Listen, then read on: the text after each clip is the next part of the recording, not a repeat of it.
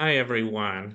Welcome back to Let's Make a Better World. I'm your host, David Tear, and today I'm going to talk about sexuality in our society. And there's a lot I can say about it. I don't think I can say everything I want to say about it in this video, but at least I think I'll cover the most important points about it. And I know this is a pretty provocative title as well as cover picture, but I guess you can tell from the title and from the picture that I'm more on the side of sexual openness, and I'll explain why as I go on. But let's just start by looking at some statistics. So this first graph I show, this is the number of sex partners that both men and women have reported having here in the USA. I think this is a pretty recent study, probably in the last 5 years or so. So as you can see, I mean, I guess about 10% of all people in our society are virgins, and they've been virgins their whole life. That's a little surprising to me, actually. So a lot of people just don't have sex and don't care about sex. And actually, I know some people like this. My uncle was like this. As far as I know, he was a virgin his whole life. He wasn't interested in women or men, or at least he didn't admit to be. And then I guess 16% of all men and 19% of all women only have one sex partner their whole life. I guess either they're monogamous or maybe they just haven't been able to hook up with as many people as they would have liked to. I don't know. Probably most of them are monogamous. I'm sure this number would have been much, much higher 50 years ago before the sexual revolution. And then, as you can see, I mean, that already covers about 30% of our population. But the other 70% have had at least two or more sex partners their whole life. And I guess the average is two to three. I guess that's about normal for most people, which kind of makes sense. Either that means they've been married a couple times, had sex with both of their spouses or all of their spouses, or maybe they had one or two affairs, or whatever. Maybe they had one or two cases of premarital sex. Who knows? But um, then there you can keep going, and I guess you get kind of a long tail towards the end, and some people, I guess 2% of all men and 3% of all men and 2% of all women have at least 50 sex partners their whole life. That's a lot. Um, it's I think a lot of people claim to have had that many, but most of those who do probably haven't. But anyway, those are the statistics on how much sex people have, or at least report to have had. I don't know how accurate these are because I don't know how many people are really telling the truth. People seem to lie about sex more than anything else. But anyway, and then you also might wonder, where people are having the most sex. This is by country. And United States is sort of in the middle, it turns out. I think the countries where people have the most sex are mostly in Europe. Europe seems to be the most sexually open and sexually permissive part of the world. We're not quite as open as Europe. We're pretty open compared to most of the rest of the world, but not compared to Europe. And that doesn't surprise me too much. I mean, the USA, there are a lot of religious people here in the USA, and I think there's still a lot of Puritans or people at least with Puritan ethics, and there's a lot of Christians that say sex is a sin, adultery is a sin. I mean, I think Jews believe that too. I think most people around the world think adultery is not good. I don't know if they think it's a sin, but it's not encouraged, and obviously it's not good because if you're cheating on your spouse, you're kind of violating the sanctity of marriage, and I don't think it's a problem as long as you're honest about it. But then you have what's called an open marriage, and then marriage kind of loses its value. But anyway, I guess my only point by showing this graph is the USA is sort of in the middle on this. Europe seems to be the most open sexually. I think Asia is probably the least open.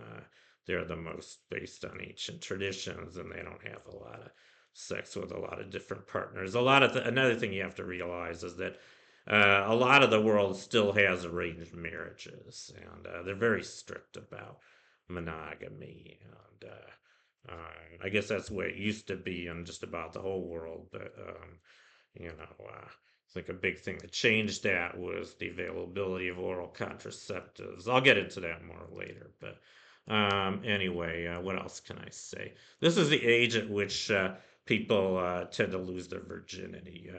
I think at age 15, almost everybody is a virgin.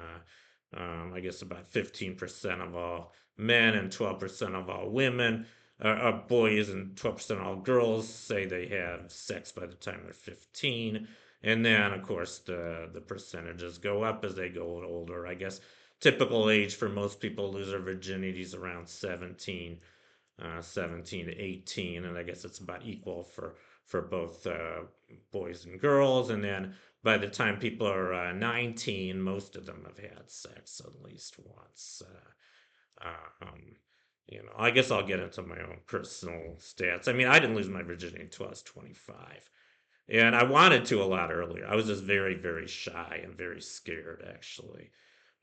And I actually became pretty depressed because I hadn't had sex till I was 25. But anyway, enough of that. But and then what else can I say? This is percent. Different types of sex, whether they've had vaginal intercourse or just oral. And I guess most people have just had vaginal. I mean, I guess most people have both, but they at least had vaginal sex.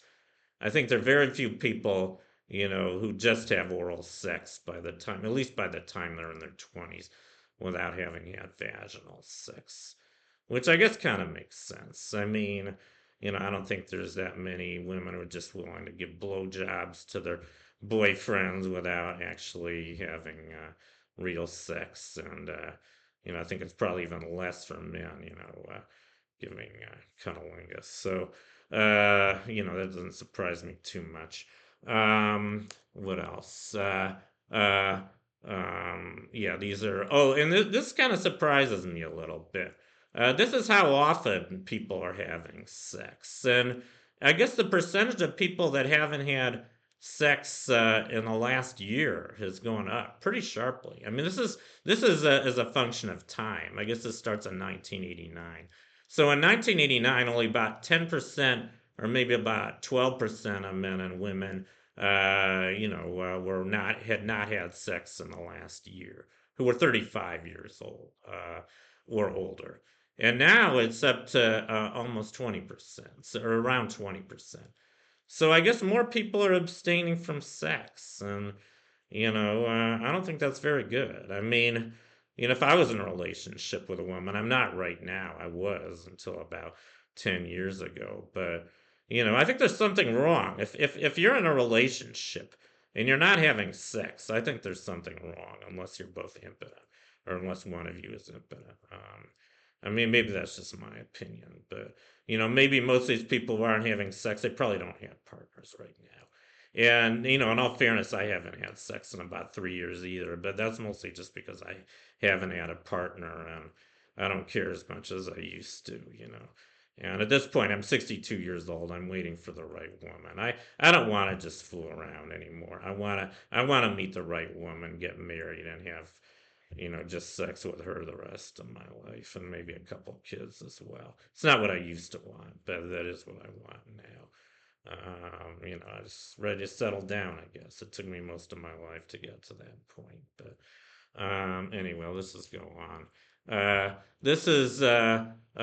I guess I have to talk about teenage pregnancy. This is a big problem, I think. I mean, I think, particularly USA. I mean, this is worldwide. So as you can see, the highest rates of teen pregnancy worldwide, and I don't think it should surprise you guys too much. It's almost all in Africa.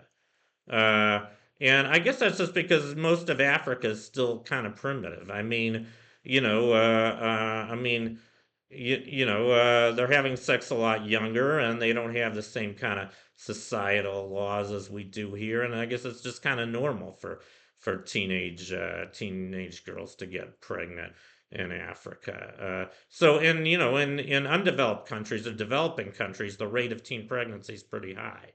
But that shouldn't surprise you too much. It doesn't really surprise me that much either. It's also pretty high in South America and Latin in Mexico. But in terms of the developed world, I'd say the USA is pretty damn high. I mean, look at Europe. Look at Europe and look at China and also look at the Middle East. It's much it's lower in those countries. There's less teenage pregnancy in those countries than it is in USA. I guess Russia's still kind of high. I'm not sure why, but I have some more stats on this. Here's a graph among developed countries, and according to this graph, the USA is highest among developed countries in teen pregnancy, and it's much higher than it is in most European countries. And I think the main reason for this is lack of sex education here in the USA. I mean, I don't think there's anything wrong with teenagers having sex, but I think they have to be responsible. I mean, I don't think teenage girls should be having unprotected sex, I think teenagers have to learn, they have to have good sex education, they have to learn about protection. Not only that, they have to learn about STDs and how to be responsible about having sex if that's what they want to do, which I think most of them do. So, and I think sex education is very bad in the USA. And I think a lot of that's because of the religious right. I know a lot of them discourage sex education. They want us to be ignorant about it, and they say it's a sin. But, guess what? Teenagers are going to have sex whether you like it or not. Your kids are going to have sex whether you like it or not. You could be the most religious parents in the world, preach to your kids every day about the evils of the sin of sex, but they're still going to do it. They're probably going to want to do it even more if you tell them that. And then they won't be educated about it. And I think that's a lot of what's going on right now here in the USA. And I think that's pretty terrible. And if you compare us with Europe, I think Europe is just much more progressive. I mean, they're not as crazy. They're much more lenient about sex, but there's much less teen pregnancy because they know what they're doing over there, and we don't. Um, and then, yeah, here's just another graph. And this is kind of an interesting graph because this actually shows, the rate of teen pregnancy versus time. And I was a little surprised when I saw this. It turns out 1957 was the year, that was the peak of teen pregnancy. It was like, look at this, it's really high. It's like 95%. It was just sky high in 1957. Of course, that was before oral contraception. It was a lot easier for girls to get pregnant at that time, and I don't think most of the boyfriends were using condoms, and they were getting their girlfriends pregnant, and there were a lot of unwanted pregnancies, and um, but anyway, the good news is the teen pregnancy rate has gone way down. This only goes up to 2009. And I think it's higher in the USA than it is in most of these other countries. So that's another problem. I think I just talked about that. It's much lower in Europe. I guess it's high in other undeveloped countries. It's high in Bulgaria and Turkey and, Romania. It's also high in the UK. But, here, I mean, this is just a continuation of the chronological graph. This goes up to 2018. So at least according to this graph, up to 2018. I don't know how it's been for the last 6 years, but it looks like 2018 it hit looks like an all-time low. So that's very good news. I guess, and this is in the U.S. So not nearly as many teenage girls are getting pregnant as there were before. So that's good. They're doing something right, I guess. Um, and STDs. This is another thing I want to talk about. As you can see from this graph, this is a pretty alarming graph. This is another graph versus time. There weren't all that many STDs going around in the 50s, 60s. I think it only really started going in the 70s. I mean, I think the big one was AIDS, which came out, I think, in 1981. I mean, that was a pretty horrible epidemic, not just in the USA, but worldwide. I think it's still around. I don't think there's nearly as many AIDS cases here in the USA as there were. But now there's other STDs. There's I guess the biggest one right now is chlamydia, which mostly affects women, and I think this keeps women from getting pregnant. It's a pretty bad disease. I don't think it's fatal, but there are a lot of STDs, so we do have to be careful about those. And what else can I say about that? What's this graph showing? Again, another graph of STD. These are by the different types of disease. And as you can see, chlamydia is the biggest one right now. It's the one that's growing the fastest. It looks like the rates of syphilis and gonorrhea have gone down pretty sharply. I mean, gonorrhea looks like it's kind of stabilized. Syphilis is way, way down. I guess syphilis isn't so common anymore, which is a good thing because I think it's fatal or can be fatal. I think gonorrhea can too, actually. But, I guess the new worry now is chlamydia. So we do have to be worried about these STDs. It'd be nice if we found a cure for them. I think it was Fleming who actually cured syphilis. I don't even know why we still have it, but anyway, and so that's all I have to say about STDs. What about cheating? What about infidelity? I mean, I guess this is a big problem with sexual openness. I mean, if you're in a relationship, I think most people in a relationship, particularly women, they really value monogamy. I don't think most women want their boyfriends to cheat on them. I don't think men like it either. But cheating is not good. And in all fairness, I did once cheat on my last girlfriend. I cheated with a married woman, actually. I'm kind of ashamed of it now. But I told her about it just a few days afterwards. She was pretty pissed. But, we made up. I mean, I didn't have any feelings for this woman I cheated on with her. I was very depressed because I just got fired from my job and I just wanted to have a little bit of fun and want to know what it would be like to be with another woman. Other than that, I didn't really have any feelings for her. And I don't know if her husband ever found out. Um, but I don't think I should have done it. I'm not going to do it anymore. But I don't think cheating is good. That's the only time I've ever cheated, by the way. And, my girlfriend and I, we went together for 10 years. I was like in the middle of our relationship. So it didn't really hurt our relationship that much, fortunately. But cheating's not good. And a lot of people cheat. And these are the people that admit have had it being cheated. There are probably a lot more that didn't even admit it. These guys admitted it in a survey. And it's mostly men that admitted it. It's kind of funny. I don't think this is mathematically possible. I mean, I think as many women have to be cheating as men. Because, as many women are, I mean, who are they cheating with? They're cheating with other women, right? Unless these women are single. Maybe all the men are cheating with single women. But I don't think that's very likely. I think there's a lot more women that are cheating that admitted in this survey, and I think there's probably I don't know. There's probably more of both, but I think more of the men are probably admitting having cheated than the women. I mean, there's this double standard, which I think is really stupid. I mean, this is an old standard we have in our society where men are encouraged to have multiple sex partners, but women are. If women cheat, they're called sluts. If men cheat, they're called hunks or studs. I mean that's just such a crazy double standard. You know, and I don't think it's any worse for women to cheat than it is for men to cheat, or to say that the other way. I don't think it's any better for men to cheat than for women to cheat. Cheating is bad, and the only reason that the only way it couldn't be okay is if you're honest about it. Like with my girlfriend, I told her just a few days afterwards. I was honest enough to tell her. I couldn't keep it from her. I mean, I couldn't in good conscience. It's kind of funny. I felt a little bit of guilty about cheating on her, but I felt even more guilty about keeping it from her. That's why I had to tell her you know um but there are some open marriages. I don't know how many.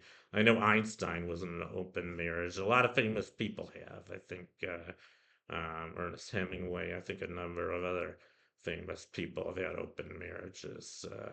I don't know that many specifically. I think Katharine Hepburn, a number of people have. And I don't think that's a problem, except it's probably not all that realistic. But anyway, enough of that. Yeah, and then this is by country, the most adulterous countries in the world. USA isn't even on this list, which kind of surprised me. I mean, you'd think that USA would have a lot of adultery. And actually, I did see another graph that showed USA on top. I don't know who's doing these surveys, but according to this chart, it looks like the most infidelity is in Europe. I mean, Europe seems to be very sexual, and there seems to be a lot of cheating. But I'm going to show you another graph right after this one. Yeah, most of these countries are European, it turns out. I think they all are on this graph. Maybe there's just in Europe, I don't know. But here's another graph. People that don't care. And I think most people in Europe don't really care that much. Oh, this is who care the least. It looks like, yeah, Pakistan. Who the hell knows what they're doing there? Turkey. Those kind of surprise me. So Pakistan and Turkey are the two highest. They're the ones that say they care the least about cheating, which kind of surprised me because I thought they were very, very strict societies. Maybe they don't care just because of the taboo element. It's so discouraged over there. I think the United States people don't care that much. We're third on countries that don't care, and then after that, it looks like it's almost all European countries. I guess China's in here, so I guess they don't care that much in China or Japan. I guess most of the developed world doesn't seem to care that much about cheating. So I guess they're doing it, they're cheating, but they don't really care. And maybe it's not cheating if you don't care. And then I guess related to cheating is a divorce rate. These are the top 10 countries by divorce rate. And I was a little surprised by this. I mean, you hear a lot that USA has the highest divorce rate in the world. We don't. We're only 10th according to this graph. Belgium's number one. I think all the other countries on this list are Europeans. There's a lot of cheating and there's a lot of divorce in Europe, which really surprises me. I mean, 53% of all of Americans get divorced. That's over half. That's a lot. I've known this for a long time. About half of all married couples end up getting divorced here in the USA. So marriage has kind of failed as an institution here in the United States, but it's failed even worse in most of Europe. So, you can make of that whatever you want. I don't know. I have sort of mixed feelings about this, by the way. I don't know. I don't think monogamy is very realistic. I mean, for a long time, I thought we should have polyandry I mean, I don't believe in polygamy because that means only men can have, more than one spouse, or polyandry is when, or what's the other one? There's polygyny, I think, is when women can have more than one husband. But, I think it should go both ways. I believe in equal rights. So if you want to allow multiple partners, I think you should have polyandry. But, I used to think polyandry would be better than marriage. And I thought maybe extended families, where the kids have, more than one set of parents, because then they're getting more input from different sets of parents. It's not like they just have two parents that lay down the law with a nuclear family like we have here, because I know a lot of times that doesn't work very well. Um, but I don't know. I mean, I guess now I kind of think I don't want to have more than one wife. I mean, I think it's a little bit realistic, unrealistic. Because if you want to have a really good marriage, at least this is how I feel. If you want to get married and you want your marriage to really work, you really have to find the right partner. And very few people fit that mold. You have to find someone you're willing to spend the rest of your life with. I haven't done that yet. I think the closest I came was with my last girlfriend. I didn't really propose to her. We talked about marriage a few times. She didn't want to get married. She'd already had a really bad marriage. She didn't want to get married again. And I don't think she wanted to marry me either. And I don't think I would have been a very good husband to her because I wasn't really that responsible when I was going out with her. But now I think I am ready for marriage, and I'm holding out for the right lifelong partner. Of course, I'm not going to be alive all that much longer. I'm already 62. So, maybe I won't be married for like 20 or 30 years, but I want it to work anyway. And ideally I'd like to have kids too. And I'm not planning on cheating, and I hope my wife doesn't cheat on me either. So I'm really holding out for true love. And, I think that's a hard thing to find. And maybe part of the reason why the divorce rate is so high is because I think a lot of people get married for a lot of the wrong reasons. A lot of people don't really find their, appropriate lifelong partner, or else they're not able to work out their issues, or else maybe there's some external, social pressures. There's too many, people who want to cheat with their, against their partners. I mean, there's a lot of this stuff going on. But I think, my parents were married for 66 years. They never got a divorce. They never, as far as I know, neither of them ever cheated either. They had a pretty wonderful marriage. They were married longer than anybody might know.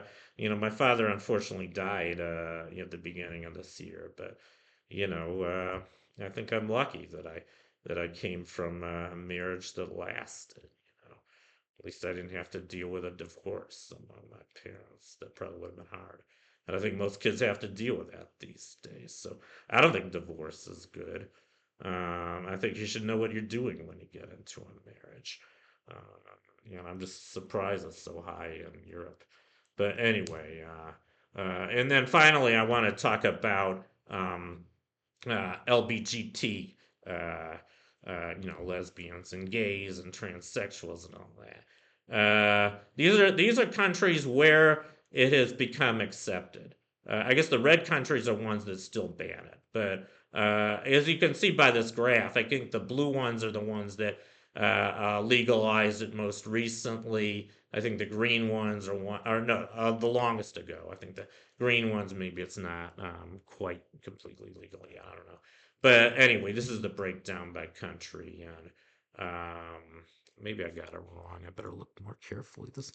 Yeah. Um, yeah, I guess the blue ones are where it's still illegal. Red one, I don't know what red means. Oh, no data. So the blue ones are where it's still illegal for gays to get married. LGBT, gays or lesbians or transsexuals, and I think the light ones are ones where it's legal now, and mostly that's Europe and Australia. So I guess they're more progressive this than we are, So I don't know. I don't have any problem with LBGT rights, and I think people, they can have whatever sexuality they want as long as they're not hurting themselves or others, as long as they're being responsible like everybody else. I think people should do whatever they want with their lives as long as they're not hurting themselves or anyone else. And that includes, having same sex relationships or even changing your gender or cross dressing or whatever you want to do or being bi. I don't have any problems with that. I think it gets kind of edgy when you go a little further if you talk about things like S&M. I'm not into S&M. I guess it's okay if people want it, but I think it's kind of sick. Bestiality, I think there's a big problem with that. I think it's also a big source of diseases. I heard that AIDS started from people having sex with monkeys, so I don't think it's good to have sex with animals. But anyway, you know, I guess the other thing, I think I've shown you all the graphs I have to show. Oh, this is just another graph showing. I don't know how they measure this, but this is the LBGTQ index, and I guess the highest index or the lightest. I don't know how they do this, but um, global acceptance rate. So yeah, I guess the blue ones are the ones where it's most accepted. So it looks like Canada, Europe, Argentina, and Australia are where it's most accepted. Yeah, and the United States is pretty high there, but not as high as Europe or the countries I mentioned. And the lighter ones are the ones where it's least accepted. And it looks like Saudi Arabia and Egypt are the ones where it's least accepted. Like I said earlier, I don't have any problems with this. I think it should be accepted worldwide. Um, I think that pretty much concludes everything I want to say today about sexuality. But maybe I should just say a few of my opinions. I mostly just showed you facts and stats. And how do I feel about openness, sexual openness? Well, obviously the world's changed quite a bit. I think the biggest change was in the 60s when we had oral contraceptives. I mean, that was the first time when it really became possible for the first time for people to have sex without women having to worry about getting pregnant anymore. And if the sexual revolution, I mean, there was sex galore in the 60s and 70s. I think there was too much of it, actually.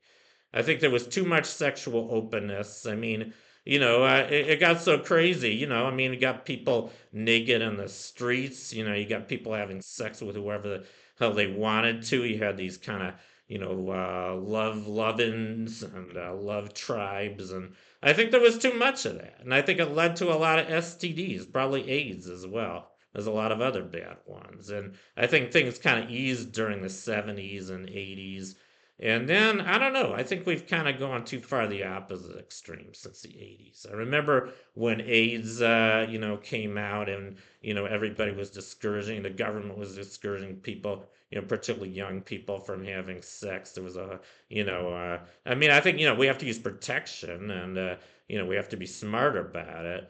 But I think it's natural. I think sex is natural. I don't think it should be discouraged.